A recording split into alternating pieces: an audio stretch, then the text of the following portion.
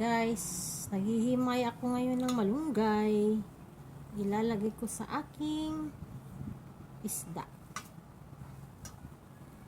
Kasi malamig ang panahon. Masarap humigop ng sabaw.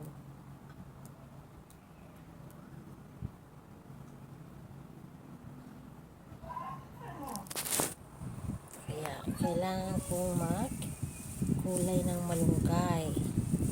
Ito ang ilalagay ko sa aking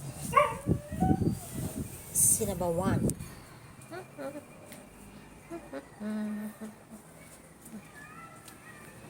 Ito, ayan.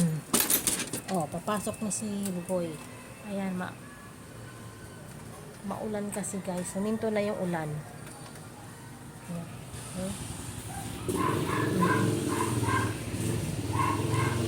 Masarap humigop ng sabaw ngayon.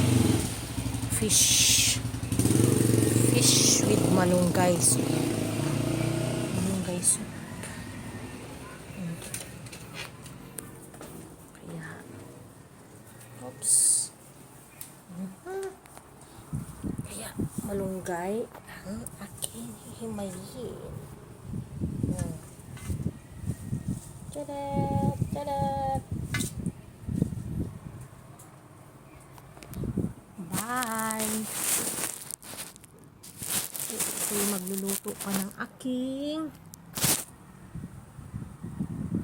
lunch. Luto ako ng lunch. Chok, chok. Kakain ka ng malunggay, ha? May isda, ha?